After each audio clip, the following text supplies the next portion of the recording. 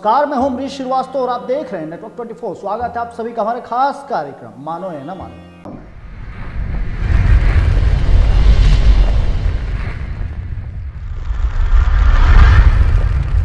जैसा कि आप सभी जानते हैं, मानो या न मानो हम आपको उन कहानियों से रूबरू कराते हैं जो या तो अंधविश्वास से जुड़ी होती है या उन पर विश्वास करना थोड़ा मुश्किल होता है। तो इसी क्रम में आज हम भारत के एक ऐसे संत के बारे में बताएंगे जो 900 सालों तक जीवित रहे। जी हाँ, सुनने में भले ही अजीब लगे पर मानो या ना मानो यह सत्य है। हम बात कर रहे हैं देवरिया जिला के सलेमपुर विकास खंड स्थित मैल नामक स्थान का, जहां दैविक चमत्कारों से लबरेज देवरहा बाबा का निवास था। मैल में देवरहा बाबा एक मचान पर बैठकर लोगों को आशीर्वाद प्रदान किया करते थे। आशीर्वाद का सिलसिला दशकों तक चलता रहा। अगर प्रत्यदर्शियों के दावे पर नजर डालें तो पता लगता है कि बाबा 900 सालों तक भक्तों को आशीर्वाद दिए हैं। भारत के उत्तर प्रदेश के देवरिया जनपद को एक योगी सिद्ध महापुरुष एवं संत पुरुष ने अपने नाम से ख्याति दिलाई। कहा जाता है कि इनके दर्शन मात्र से जीवन सफल हो जाता था। वो अपने चमत्कार से हजारों लोगों को तृप्त करते रहते थे। उनके आशीर्वाद को आतुर सिर्फ आम लोग ही नहीं बल्कि कई विशिष्ट लोग भी थे। उनके भक्तों में जवाहरलाल नेहरू, लाल बहादुर शास्त्री, इंदिरा गांधी, डॉक्टर राजेंद्र प्रसाद, महामना मदन मोहन मालवीय, पुरुषोत्तम दास टंडन जैसी महान विभूतियां रही। अत्यंत सहज, सरल और स्वभाव के बाबा के सानिध्य में जैसे वृक्ष वनस्पति भी अपने आप को अस्वस्थ अनुभव करते थे। अत्यंत सहज, सरल और सुलभ स्वभाव के बाबा के सानिध्य में सभी वृक्ष वनस्पति भी अपने आप को अस्वस्थ अनुभव करते थे। कुछ ऐसे ही थे चमत्कारिक, अलौकिक, रहस्यमयी देवरहा बाबा। देवरहा बाबा की उम्र आज भी एक रहस्य है। लोगों का विश्वास है कि वो 2 शताब्दी से भी अधिक जिए। बाबा के संपूर्ण जीवन के बारे में अलग अलग मत है। कुछ लोग उनका जीवन काल 250, तो कुछ लोग 5 साल, तो कुछ लोग 9 साल मानते हैं। भारत के प्रथम राष्ट्रपति डॉक्टर राजेंद्र प्रसाद ने उन्हें अपने बचपन में देखा था। उनके अनुसार इस बात के उनके पास पुख्ता सबूत थे कि बाबा की आयु अधिक है।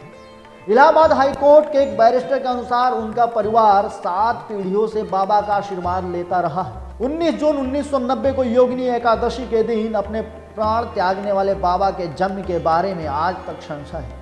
कुछ लोगों का यह भी मानना है कि वो 900 सालों तक जिंदा थे। बाबा का आशीर्वाद देने का ढंग निराला था। देवरहा बाबा को खेचरी मुद्रा में सिद्धि प्राप्त थी, जिस कारण वो अपनी भूख और आयु पर निरंतर रख लेते थे। बाबा का आशीर्वाद देने का ढंग निराला था। मचान पर बैठे बैठे अपना पैर जिसके सिर पर रख दिया वो धन्य हो गया। श्रद्धालुओं के कथनानुसार बाबा अपने पास आने वाले प्रत्येक व्यक्ति से बड़े प्रेम से मिलते थे और सबको कुछ न कुछ प्रसाद अवश्य देते थे। प्रसाद देने के लिए बाबा अपना हाथ मचान के खाली भाग में रखते थे और उनके हाथ में फल, मेवे या कुछ अन्य खाद्य पदार्थ अपने आप ही आ जाते थे, जबकि मचान पर ऐसी कोई वस्तु नहीं रहती थी। श्रद्धालुओं को कौतूहल होता था कि आखिर ये प्रसाद बाबा के हाथों में कहाँ से आता है और कौन दे जाता है। जनश्रुति के मुताबिक वो खेचरी मुद्रा की वजह से आवागमन में भी कहीं भी कभी भी चले जाते थे। उनको जानवरों की भाषा भी समझ में आती थी। खतरनाक जंगली जानवर को वो पल भर में काबू कर लेते थे। देश विदेश तक उनकी ख्याति थी। बाबा के सिद्धियों के बारे में हर तरफ खूब चर्चा होती थी। कहते हैं कि जॉर्ज पंचम जब भारत आए तो उनसे मिले। जॉर्ज को उनके भाई ने देवरहा बाबा के बारे में बताया था कि भारत में एक सिद्ध योगी पुरुष रहते हैं। उन्होंने जॉर्ज से कहा था कि अगर भारत जाओ तो किसी और से मिलो या न मिलो, देवरिया जिले के दियरा इलाके में मैल गांव जाकर देवरहा बाबा से जरूर मिलना। भारत के प्रथम राष्ट्रपति डॉक्टर राजेंद्र प्रसाद को बचपन में उनकी मां बाबा के पास ले गई। उन्होंने ये कह दिया कि ये बच्चा बहुत ही ऊंची कुर्सी पर बैठेगा। राष्ट्रपति बनने के बाद डॉक्टर राजेंद्र प्रसाद ने बाबा को एक पत्र लिखकर कृतज्ञता प्रकट की। कोई 1987 के जून के महीने की बात है। देवरहा बाबा का वृंदावन में यमुना पार डेरा जमा हुआ था। प्रधानमंत्री राजीव गांधी को बाबा के दर्शन करने के लिए आना था। वो काफी आतुर थे। अधिकारियों में सुरक्षा को लेकर हलचल मची हुई थी। प्रधानमंत्री के आगमन का ब्लूप्रिंट तैयार हो चुका था। आला अफसरों ने हेलीपैड बनाने के लिए वहां लगे एक बबूल के पेड़ को काटने निकले। यह सुनकर बाबा आग बबूला हो गए। उन्होंने साफ शब्दों में आला अधिकारियों को बोला कि तुम यहाँ अपने पीएम को लाओगे, उनकी प्रशंसा पाओगे। पीएम का नाम भी होगा कि वो साधु संतों के पास जाता है, लेकिन इसका दंड तो इस बेचारे पेड़ को भुगतना पड़ेगा।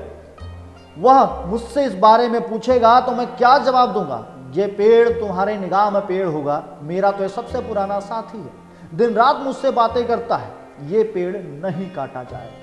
अफसरों ने अपनी दुविधा प्रकट की कि बाबा इस पेड़ को काटना ही पड़ेगा। इस पर बाबा ने उन्हें सांत्वना दी और कहा कि फिक्र मत करो, अब तुम्हारे प्रधानमंत्री का कार्यक्रम टल जाएगा, तुम्हारे प्रधानमंत्री का कार्यक्रम मैं कैंसिल करा देता हूँ।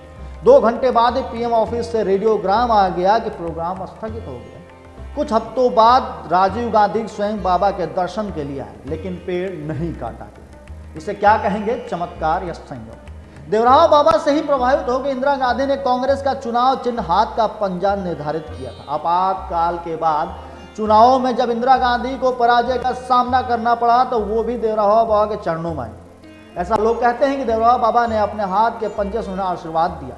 उसी के बाद इंदिरा गांधी ने कांग्रेस का चुनाव चिन्ह हाथ का पंजा निर्धारित कर दिया। इसके बाद 1980 में इंदिरा के नेतृत्व में भारतीय राष्ट्रीय कांग्रेस ने प्रचंड बहुमत से जीत दर्ज की और देश की प्रधानमंत्री बन गए। राम नाम नित उर पे मारो, ब्रह्म लिखे संशय ना जानो। देवराव बाबा भगवान राम के परम भक्त थे।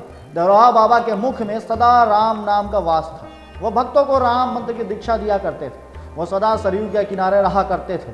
उनका कहना था, एक लकड़ी हृदय को मानो, एक दूसरे के नाम ही जानो। राम नाम नित उर पे मारो, ब्रह्म दिखे संशय ना जानो। देवराव बाबा तथा गौ सेवा को सर्वोपरि मानते थे। प्रत्येक दर्शनार्थियों को लोगों की सेवा, गौ माता की रक्षा तथा भगवान की भक्ति में रत रहने की प्रेरणा देते थे। देवराव बाबा श्री राम श्री कृष्ण को एक मानते थे और भक्तों को कष्ट से मुक्ति के लिए कृष्ण मंत्र भी दिया करते थे। दया का महासमुद्र थे देवराव बाबा, क्योंकि बाबा 30 मिनट तक पानी में बिना सांस लिए रह सकते थे। उनको जानवरों की भाषा समझ में आती थी। खतरनाक जंगली जानवरों को भी पल भर में काबू कर लेते थे। उनके भक्त उन्हें दया का महासमुद्र बताते थे। जो भी आया बाबा की भरपूर दया लेके गया। वर्षा जल की भांति बाबा का आशीर्वाद सर पे बरसा और खूब बरसा। मान्यता थी कि बाबा का आशीर्वाद हर मर्ज की दवाई है। कहा जाता था कि बाबा देखते ही समझ जाते थे कि सामने वाले का सवाल क्या है। दिव्य दृष्टि के साथ तेज नजर, कड़क आवाज, दिल खोल कर हंसना, खूब बतियाना बाबा की आदत। यादाश्त इतनी कि दशकों बाद भी मिले तो व्यक्ति को पहचान लेते थे। उसके दादा परदादा तक का नाम और इतिहास पल भर में बता देते थे। 15 जून 1990 में योगिनी एकादशी के दिन और घनघोर बादल छाए हुए थे। मौसम अचानक तेज आंधी तूफान के साथ आया। यमुना नदी जैसे समुद्र को मात देने के लिए उतावली थी। लहरों का उछाल बाबा की मचान तक पहुंचने लगा और इन्हीं सब के बीच शाम 4 बजे बाबा का शरीर स्पंद रही।